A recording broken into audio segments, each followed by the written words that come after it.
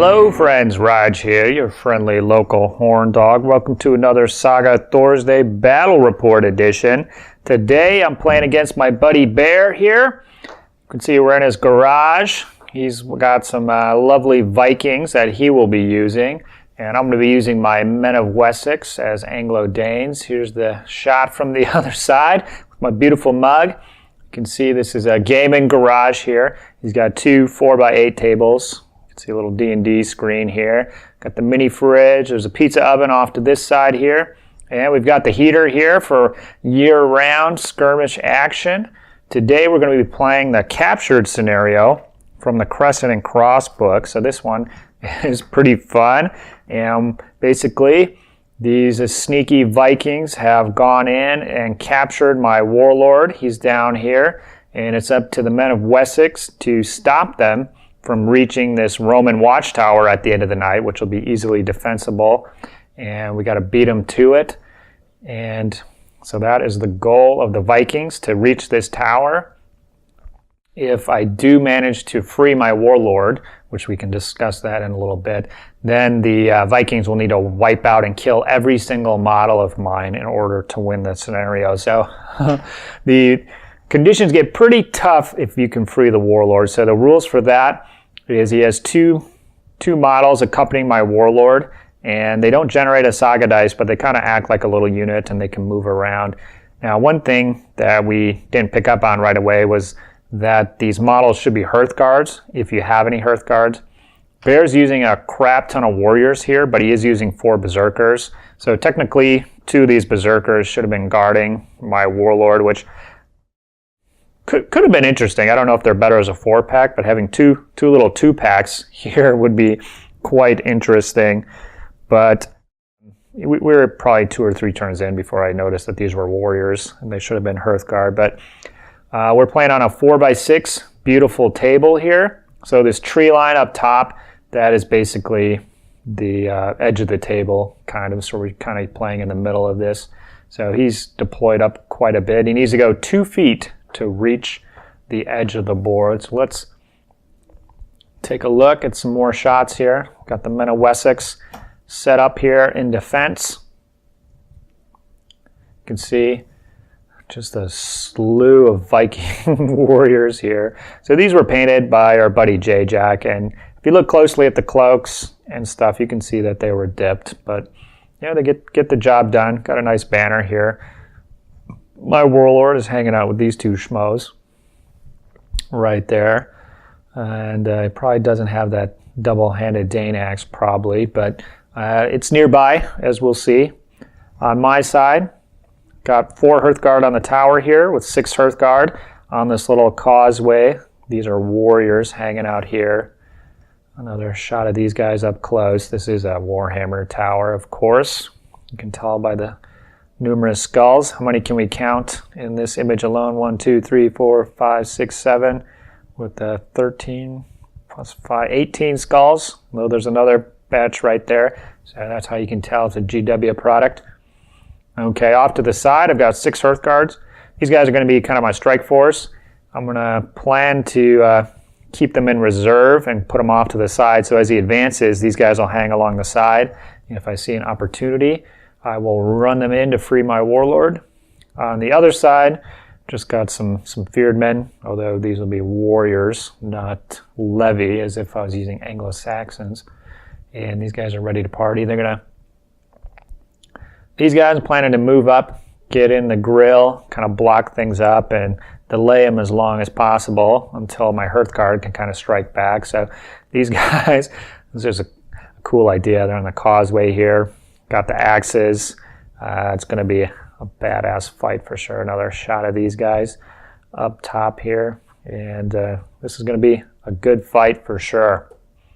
Okay, I go first as the defender / attacker. Not totally sure. Rolling these beautiful axes, but the good thing with Anglo-Danes is you have the noble lineage up top here, and I choose to burn a dice to re-roll them all. Get a helmet or 2, and I'm able to beef up my board a little bit more. You can see I only have 2 activations up here. I'm playing cautiously. I can cancel one of his, and then I got Lords of Battle. if he does decide to do a quick strike against me, he's going to pay for it. Since most of his guys are warriors, they're going to be exhausted on my turn, so they're going to be set up for a counterattack. And basically, this unit of warriors moves up, and this unit of Hearthguard moves up as well. So the Hearthguard are going to kind of cover this lane. So if he moves forward to engage everybody over here, I might have an opportunity to get him in. That's the general idea. Another angle. All right, looks like Bear is playing pretty cautiously as well. He's not loading up on any attack abilities. He does have Frigg for a strike, but he's not supporting it with anything else. He's mostly got his dice for the warriors and then a Hearthguard. And basically you can see he just moves everybody up. Basically all of these units. I think this unit is the only one that he doesn't activate in the back there. And he does leave himself over a medium distance away, so I'm going to be a double activation if I want to engage him against his fresh unit. So probably won't be doing that. Not the kind of board to engage in those shenanigans. So you can tell my board is totally stacked. Rolled a bunch of helmets, kicked up the activation pool, and I'm loaded up on defense here. Only 2 activations here. So one thing is I'm not generating as much Saga dice as normal because my Warlord isn't generating anything. But on the flip side, I don't need to move across and engage him necessarily. He needs to come to me. So it's kind of a wash almost, not having a Warlord. And you can kind of just load up on defensive abilities if that's what you're good at. Kind of made for this scenario, not too bad. See, he still has dice on Frag. He didn't use it last turn. I did choose to keep Lords of Battle up too, so I think I only rolled 3 dice. Which means all these additional dice are even more amazing that I got that. I'm going to move these warriors a little closer in on that side of the board. And I'm going to move up the Hearthguard over here. These guys are holding the line. And I've got my defensive abilities in place. The ball is in Bear's court here. So it's going to be up to him to see where he wants to push it. And it looks like he will be pushing it. He's got Uller loaded up, a bunch of warrior activations. So one thing, no Hearthguard activations, so I'm going to be safe from the Berserkers this turn at least. But with Frigg, I will be taking a double move most likely at some point. And he chooses to move these warriors up. I'm expecting a second engagement with those guys, but he decides to hold off, just eye him up, and engage my Hearthguard instead. So this combat is a little stacked on both sides. He's going to have Uller to re-roll his failed hits. However, I'm going to have Shield Wall, and I choose to use that ability to pop my armor up to 6. So I feel that is really awesome. I love whenever I can get that off. And actually, I don't use Lords of Battle because he's still got 1 warrior activation, so I'm expecting these guys to go in potentially. So I end up saving that one, but we'll see. It's not going to really matter that much. So I'm going to have 12 attacks hitting him on 4s, and he's going to have 9 attacks hitting me on 6s, but he will get rerolls. Somewhat even, not really. Need to roll a lot of 6s. And basically he doesn't get anything through. I think maybe he did 1 and I saved it. And ended up killing 4 warriors in return. We both take a fatigue and he bounces. So I'm really happy about that. And he uses determination on his Warlord to move the Berserkers up. And he basically calls it good at that point. He doesn't choose to engage with these guys. I still have Lords of Battle on my board. So it's really not in his best interest to do that. You can see the overall look of the board. He's progressed maybe 10 inches. Not quite to the halfway mark. He needs to get to this tower with my Warlord here. And my turn, I'm sensing opportunity here. He's kind of fallen into my trap a little bit. These guys are moved up to engage in the front, so that leaves the flank vulnerable. He's just got 5 warriors protecting it here against a 6-pack of Hearthguard. So I'm sensing opportunity. If I can get through these guys, hopefully I can do a double move and get into my Warlord and free him from the clutches of these Vikings. And I've set up my battleboard to do just that. We got 4 Hearthguard activations and a shield wall in defense. He just has Frigg that, again, he didn't use last turn. First activation, rest the Hearthguard, and then I'm going to move up and engage these guys. So the way that bear's spread out has actually posed a problem, and if you are a veteran Saga player, you might see what it is already, but I want to wait until the end of the combat. I'm going to use his fatigue to make him easier to hit, and I end up wiping those guys out. I take 1 Hearthguard as casualty in return, so that is awesome. I was expecting to have 1 or 2 more combats to wipe those guys out fully, but I put a fatigue on the little 2-pack here and then on his warriors as well. So the issue is, in order to move into base contact per the Saga rules, it put me within very short of these warriors here. So now I can't engage the 2-pack. I have to go in against these warriors, which I do. So these 5 guys move in, and I'm kind of hoping I'll bounce to put me back in range of the 2-pack, but I do 2 wounds to his 1, and those guys will move short away, and I'll end up with a fatigue at the end of it. With my last Saga dice, I try to activate to go in to the 2-pack, and I'm within medium. Sadly, he uses my fatigue to put me out of range, so I just move short, and that is going to be the end of my turn. So I do like that they're not fatigued, but they're in the middle of no man's land here, and we're going to see what Bear does to retaliate. You can see he gets a nice roll with a couple rares and gets the full 8 dice out. We've got Uller, Thor, Frigg, and Valhalla getting in the action, so he's got the rare on Valhalla as well. So every guy he sacrifices will get 4 bonus attacks. I do have shield wall still up, so hopefully I can weather the storm a bit with the Hearthguard if he needs 6s to hit. And he chooses to bring the Hearthguard over with the Warlord, and he does a double activation to get him in. He's going to use Frigg to negate his fatigue, so we're both going to be fresh. He is going to use Valhalla and sacrifice 3 guys, and then he's going to use Uller to reroll those dice, so he's going to have, 16 attacks plus 12 plus 1. So 27 attack dice versus my Hearthguard here, which I have 8. And I think I'm going to sacrifice half to fight defensively and hopefully weather the storm with my shield wall. So he needs 6s to hit with rerolls. And I'm only going to need to kill 1 guy with 4 attacks. The first roll, you can see it's looking pretty good for me.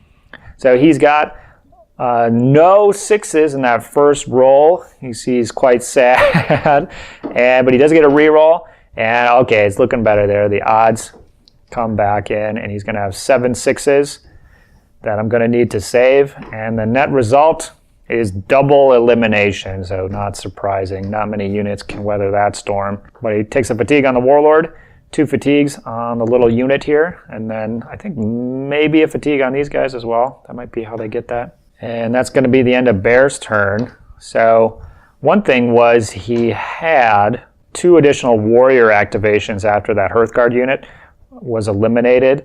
And so he could have activated this little 2-pack, these guys here, or any of the 2 big packs. So he actually rests this unit up front here and then moves these guys up. So he could have moved the 2-pack back or out of range or something like that, but he chooses to keep them there, which I could see maybe the goal is to get them across the board.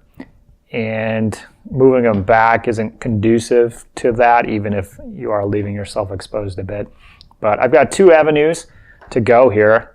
I can do a double activation with the warriors, or if I get really lucky, roll a couple helmets, I could use traps to put a 3rd fatigue on this unit. They count as warriors, and they'd be exhausted, and then I could use the whatever exhausted ability that the Anglo-Danes have to eliminate 2 models from the unit. So in essence, my Warlord, I think he would free himself if we wanted to be cinematic about that, smashing their heads together, getting really angry, kind of like hulking out. So let's see which route we end up taking. Of course, I think maybe I did get 1 helmet because I believe I'm only generating 4 Saga dice at this point. So maybe got 1 helmet, and that was that. So I'm going to do the multiple activations on the Trolls, and we'll do Hard as Iron in reserve. And on his board, he does have Thor up. He shouldn't have these dice here. I just left them on accidentally. Okay, activation 1, moving the Warriors up. Number 2, we're going in. And number 3, we are taking both of those guys out, and looks good. I actually didn't take any damage in return, so that's looking good. My Warlord is now free, which is a huge deal as far as this scenario goes. The battle is pretty much in the bag. The only way Bear can win at this point is to kill every single model in my warband, and you can see I have dudes on the table edge, kind of, so it's probably not going to happen, but he can still get a moral victory, I feel, if he can kill my Warlord. So my Warlord is free, and I'm actually going to put him into his Warlord while I'm at it. I choose not to bring the Warriors in. I could have. They already had a fatigue on them. If I did another one, they would end up with a second fatigue for activating and then a third fatigue at the end of the combat. Potentially, if Bear chose not to use those, so I'd be exhausted on his turn, which would be terrible. So I'm just seeing if I can get a couple wounds here, maybe take down a couple meat shields and get some breathing room. However, he fights defensively, and then I pop back and take a fatigue as well. And I've got 1 warrior activation, so these guys moving out of the pond. I'm trying to get into the fray. So his turn, he is activating Uller and Freg, of course, and just a couple activations. You can see I have Hard as Iron up, and he moves the warriors in to engage my warriors and does a friggin' slaughter against them. Kills 5, and I don't get any in return. I'm saving Hard as Iron with my Warlord. He's the real important one. On the other side, he moves up his warriors into my warriors. He's got 7 here, and I've got 8, so it's a pure dice off.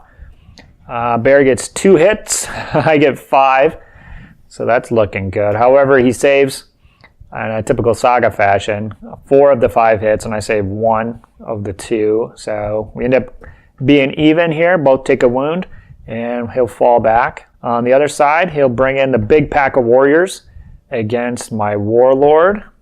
And thanks to Hard as Iron, I'm going to make all the saves. He took 8 wounds and saved every single one of them. Kill one of his guys, and then they're going to bounce back. So that's looking pretty good. Love that Hard as Iron on the Warlord. I have pretty good luck with that guy. Okay, so that's going to be the battlefield at this point.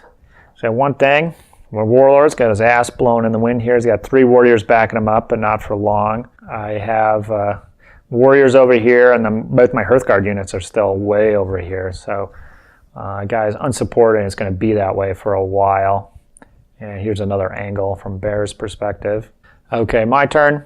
Load up a couple activations, otherwise a few defensive abilities, and I'm going to get into it. Move my warriors up to engage his. Use his fatigue to make him easier to hit. I'd already rested, so this was supposed to be in my favor. However, after the dice rolls are said and done, we both take a wound, so my guys will pop back. I'm going to move my Hearthguard off the causeway here, trying to get him into the action. Over here, I choose to rest with my Warlord. So one thing, which looking at the scenario afterwards, is the Warlord's Pride doesn't actually apply in this scenario. So I could have moved my Warlord into the woods to try to escape instead of just standing there taking it. And I probably would have done that, but I thought the Warlord's Pride rule was actually still in play. There's no reason to think that necessarily unless you read the scenario.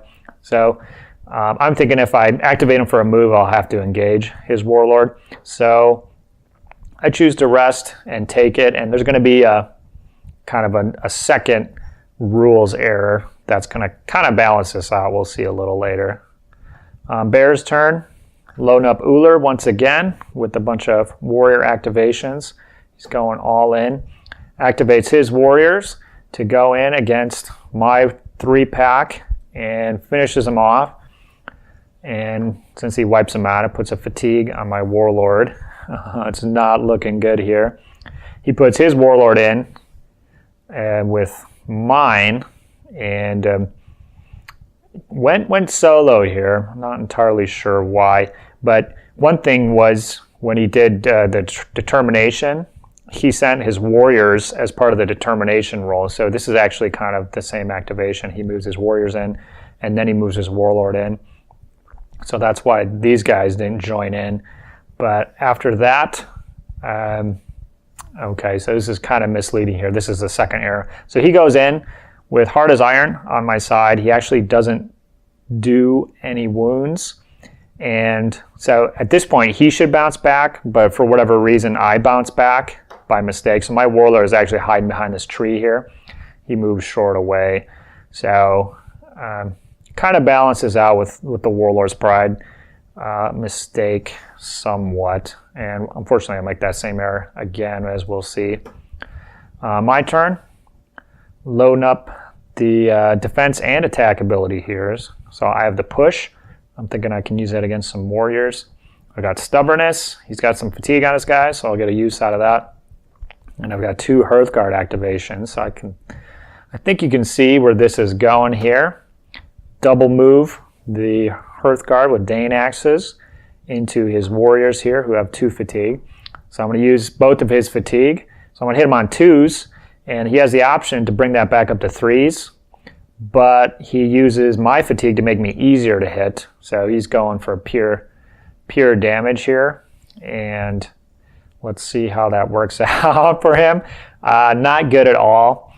And I think I killed all but 1 because I was hitting on 2s with a boatload of dice. And then there was 1 guy left, and I actually used the push as well. And I got the last guy with the push. And you can see I've got the full 6-pack here. So his option to go offensive didn't work out for him there, sadly. So I'm pretty happy about that. Put another fatigue on the warlord. So yeah, you can see my warlord here just hanging out in the woods. And that is the end of my turn. So I've got the Hearthguard up here. These warriors are still facing off, and I've still got 4 Hearthguard at the gate here just watching. These guys must not, these just be the nobles that don't like my warlord. They're just standing up there watching it, hoping he goes down so they can take over his lands or something. On his turn, he is loading up Uller. He's going for the attack once again. Bread and butter here of the Viking board. I've still got Shield Wall and Hard as Iron up. And I'm actually going to end up using both of those when he brings these guys in. So he doesn't have enough move to get these guys in, but they'll act as meat shields for the warlord.